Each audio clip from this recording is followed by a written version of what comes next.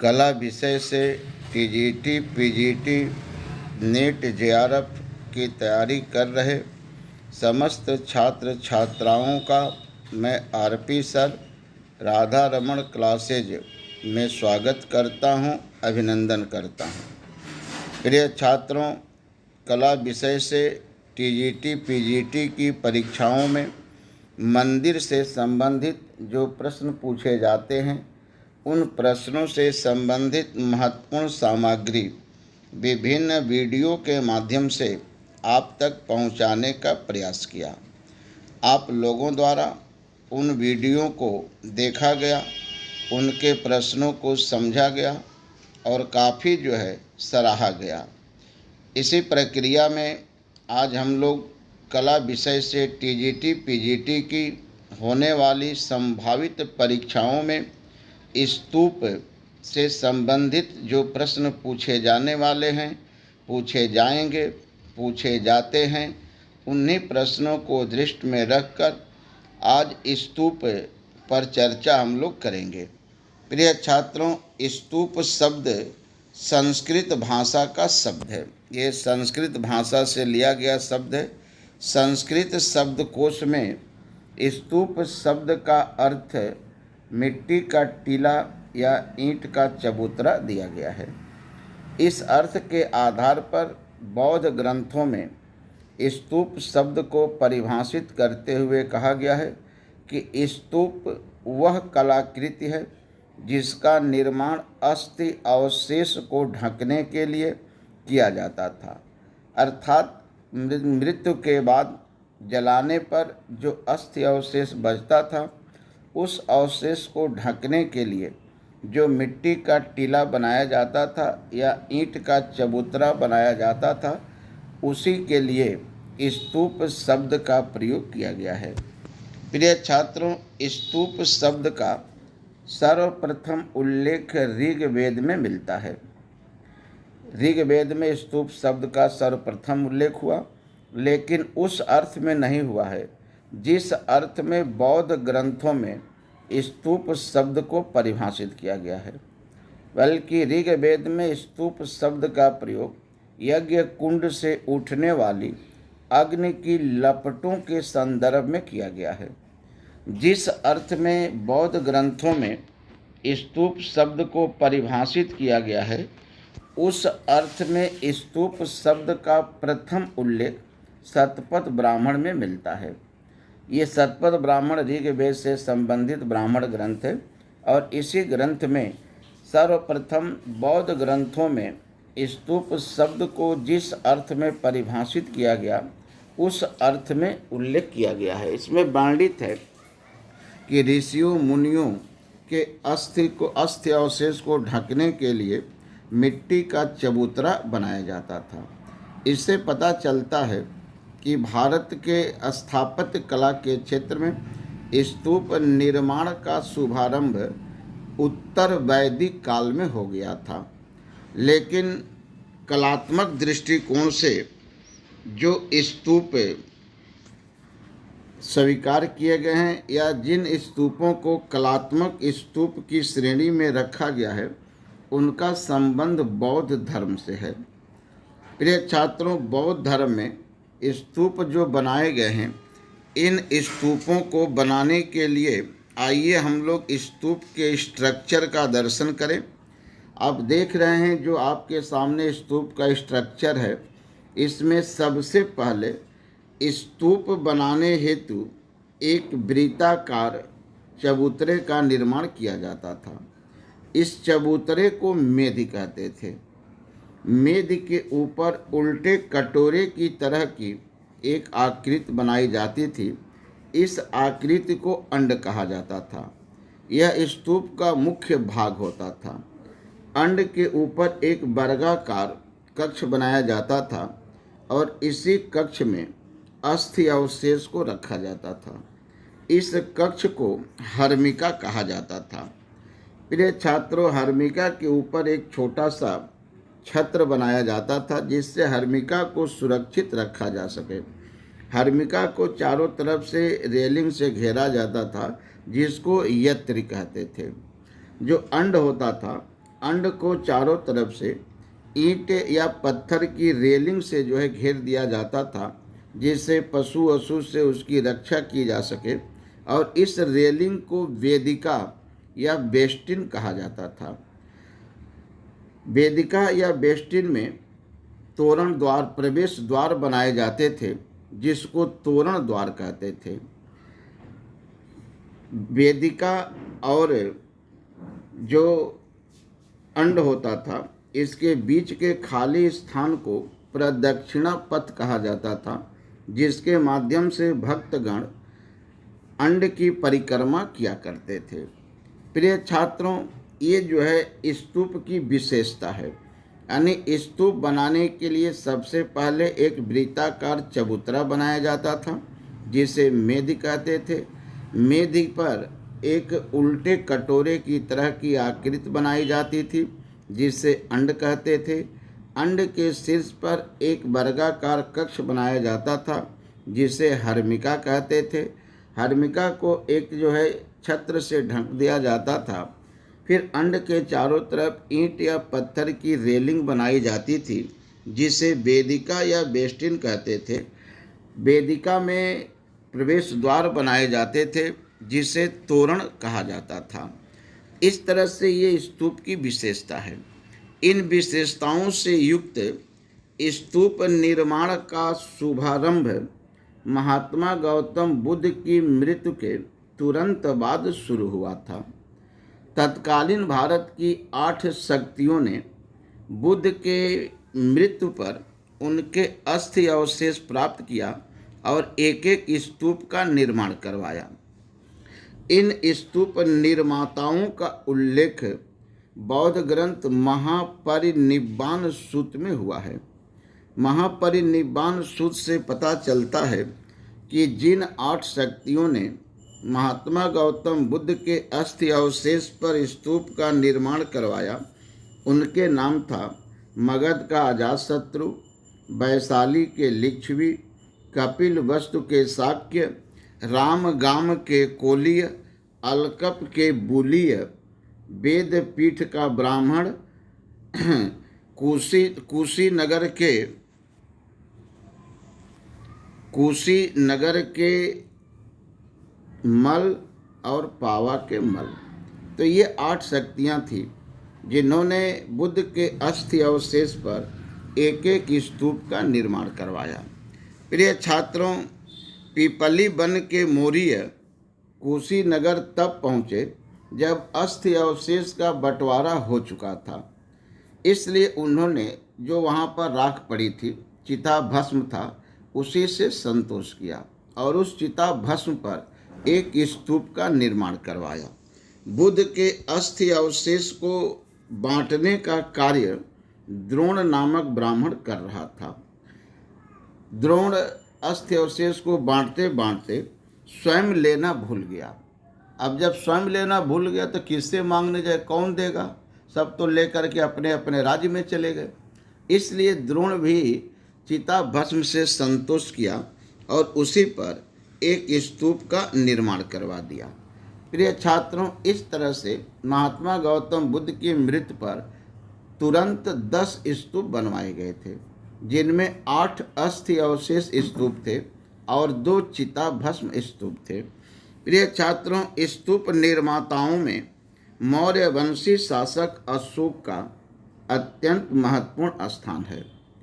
बौद्ध परंपरा के अनुसार अशोक ने जो 8 अस्थि अवशेष स्तूप थे, इनमें से 7 अस्थि अवशेष स्तूपों को खुलवाकर उनके जगह पर 84,000 स्तूपों का निर्माण करवाया था। अशोक रामगाम के अस्थि अवशेष को नहीं खुलवा पाया, क्योंकि वहाँ के लोगों ने विरोध किया कि ये हमारे पूर्वजों की धरोहर है और इसे हम लोग नष्ट नहीं करने देंगे। लेकिन अशोक द्वारा जो स्तूप बनवाए गए हैं, उन स्तूपों में सिद्धार्थनगर जिला स्थित पिपराहवा स्तूप, सारनाथ स्थित धर्मराज का स्तूप, तक्षशिला स्थित धर्मराज का स्तूप, बोध गया स्तूप, भरहुत स्तूप तथा सांची स्तूप के ही जो है वह वर्तमान समय में साक्ष्य उपलब्ध हैं। प्रिय छात्रों, अशोक द्वारा बनवाए गए स्तूपों में पिपराहवा स्तूप को प्राचीन स्तूप माना गया है। यह अशोक जो स्तूप बनवाया था, इन स्तूपों में पिपराहवा स्तूप जो है वह प्राचीनतम स्तूप है। प्रिय छात्रों, अशोक द्वारा जो स्तूप बनवाए गए थे, इन स्तूपों का निर्माण काल 3री शताब्दी ईसा पूर्व स्वीकार किया गया है। अशोक ने मूलतः ईंट से ही स्तूपों का निर्माण करवाया था। अशोक द्वारा बनवाए गए स्तूपों में भरहुत स्तूप और सांची स्तूप का अत्यंत महत्वपूर्ण स्थान है। भरहुत स्तूप मध्य प्रदेश के सतना जिला में स्थित है। इस स्तूप की खोज 1873 ईस्वी में अलेक्जेंडर कनिंघम नामक विद्वान ने की थी। प्रिय छात्रों, अलेक्जेंडर कनिंघम को भारतीय पुरातत्व सर्वेक्षण विभाग का पिता या जनक कहा जाता है। इस भारतीय पुरातत्व सर्वेक्षण विभाग की स्थापना 1861 ईस्वी में किया गया था, जिसका उद्देश्य इतिहास एवं कला संबंधी सामग्रियों को एकत्रित करना था। भारतीय पुरातत्व सर्वेक्षण विभाग द्वारा हम्पी में अपना पहला संग्रहालय स्थापित करवाया गया था। हम्पी वर्तमान समय में कर्नाटक प्रांत में स्थित है। प्रिय छात्रों, भारतीय पुरातत्व सर्वेक्षण विभाग द्वारा जो सामग्रियां एकत्रित की गई थी, उन सामग्रियों को सुरक्षित रखने के लिए 1904 ईस्वी में भारतीय पुरातत्व विभाग को स्थापित किया गया था। इस समय भारत का गवर्नर जनरल लॉर्ड कर्जन साहब थे। भारतीय पुरातत्व सर्वेक्षण विभाग और भारतीय पुरातत्व विभाग, ये दोनों भारत सरकार के सांस्कृतिक मंत्रालय के अधीन कार्य करते हैं। प्रिय छात्रों, भरहुत स्तूप को शुंग वंशी शासकों द्वारा पत्थर से आच्छादित करवाया गया, यानी चारों तरफ से पत्थर से ढकवा करके स्तूप को मजबूती प्रदान कर दी गई। शुंग वंशी शासकों ने ही भरहुत स्तूप की बेस्टिन एवं तोरण द्वार का भी निर्माण करवाया था, जिसकी पुष्टि बेस्टिन पर उत्कीर्ण अभिलेख से होती है, जो ब्राह्मी लिपि में उत्कीर्ण है, और इस अभिलेख में शुंगन रजे लिखा गया है, जिसका अर्थ है शुंग काल का। प्रिय छात्रों, भरहुत स्तूप से कुछ ऐतिहासिक मूर्ति शिल्प भी प्राप्त हुए हैं, जैसे स्तूप की पूजा करते मगध नरेश अजात शत्रु का मूर्ति शिल्प और रथ पर सवार कौशल नरेश प्रसेनजीत का मूर्ति शिल्प। प्रिय छात्रों, अशोक द्वारा बनवाए गए स्तूपों में सांची स्तूप का भी अत्यंत महत्वपूर्ण स्थान है। यह स्तूप मध्य प्रदेश में विदिशा से लगभग 9-10 मील दूर रायसेन जिला में स्थित है। सांची का प्राचीन नाम ककड़ाव या ककनाद बोट मिलता है। इस नाम का उल्लेख चंद्रगुप्त द्वितीय के मंत्री आम्रकारदव के सांची अभिलेख में हुआ है। ये आम्रकारदव गुप्त वंशी शासक चंद्रगुप्त द्वितीय के मंत्री थे और इन्होंने सांची में एक स्तंभ स्थापित किया था, जिसमें वर्णित है कि आम्रकारदव द्वारा ककनाद बोट के बौद्ध भिक्षुओं को 10 दिनार दान दिया गया था। प्रिय छात्रों, सांची एक गांव है और उसी के पास एक पहाड़ी स्थित है, जिसको सांची पहाड़ी कहा गया है। इसके अगल बगल में सतधरा, अंधेर, भोजपुर नामक पहाड़ियां भी स्थित हैं। इन सभी पहाड़ियों से स्तूप के साक्ष्य प्राप्त हुए हैं। इन स्तूपों का निर्माण काल 3री शताब्दी ईसा पूर्व से लेकर 9वीं शताब्दी ईस्वी के बीच स्वीकार किया गया है। इन पहाड़ी स्थित स्तूपों में सांची पहाड़ी से प्राप्त स्तूप अत्यंत महत्वपूर्ण है। सांची पहाड़ी से 3 स्तूप प्राप्त हुए हैं। इनमें एक स्तूप सबसे बड़ा है और इस बड़े स्तूप को महास्तूप या स्तूप संख्या 1 कहा गया है। इस स्तूप को महात्मा गौतम बुद्ध से संबंधित बताया गया है। यह स्तूप भूमि तल, मध्य तल तथा हर्मिका तल 3 बेष्टिनों से घिरा हुआ है। इसीलिए सांची के महास्तूप को त्रिमेद स्तूप कहा जाता है। इस महास्तूप को प्रेम, शांति, विश्वास और साहस, प्रेम, शांति, विश्वास और साहस का प्रतीक माना जाता है। इस स्तूप की खोज 1818 ईस्वी में जनरल टेलर नामक विद्वान ने किया था। सांची स्तूप का व्यास वर्तमान समय में 36.5 मीटर और ऊंचाई 21.64 मीटर है। प्रिय छात्रों, 1912 से लेकर 1919 ईस्वी तक जॉन मार्शल के नेतृत्व में इस महास्तूप का मरम्मत करवाया गया था। 1989 ईस्वी में यूनेस्को द्वारा सांची स्तूप को वर्ल्ड हेरिटेज यानी विश्व विरासत स्थल का दर्जा प्रदान किया गया था।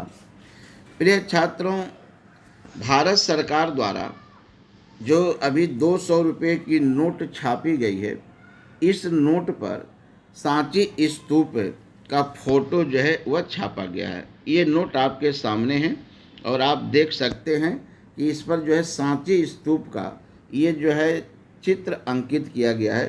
सांची स्तूप का फोटो जो है छापा गया है। प्रिय छात्रों, अशोक द्वारा जो सांची का महास्तूप बनवाया गया था, इस स्तूप को शुंगवंशी शासकों द्वारा पत्थर से आच्छादित करवा करके इसके आकार को पहले से दोगुना कर दिया गया था। सांची स्तूप में 4 तोरण द्वार का निर्माण करवाया गया है। ये स्तूप में 4 तोरण द्वार हैं और इन तोरण द्वारों का निर्माण 72 ईसा पूर्व से लेकर 22 ईस्वी के बीच सातवाहन वंशी शासकों द्वारा करवाया गया था। प्रिय छात्रों, इस तरह से आप देख रहे हैं कि सांची स्तूप का संबंध 3 राजाओं से, 3 वंशों से है। मौर्य वंश, शुंग वंश, सातवाहन वंश। सांची स्तूप के जो 4 तोरण द्वार हैं, इनमें सबसे पहले दक्षिणी तोरण द्वार का निर्माण करवाया गया था।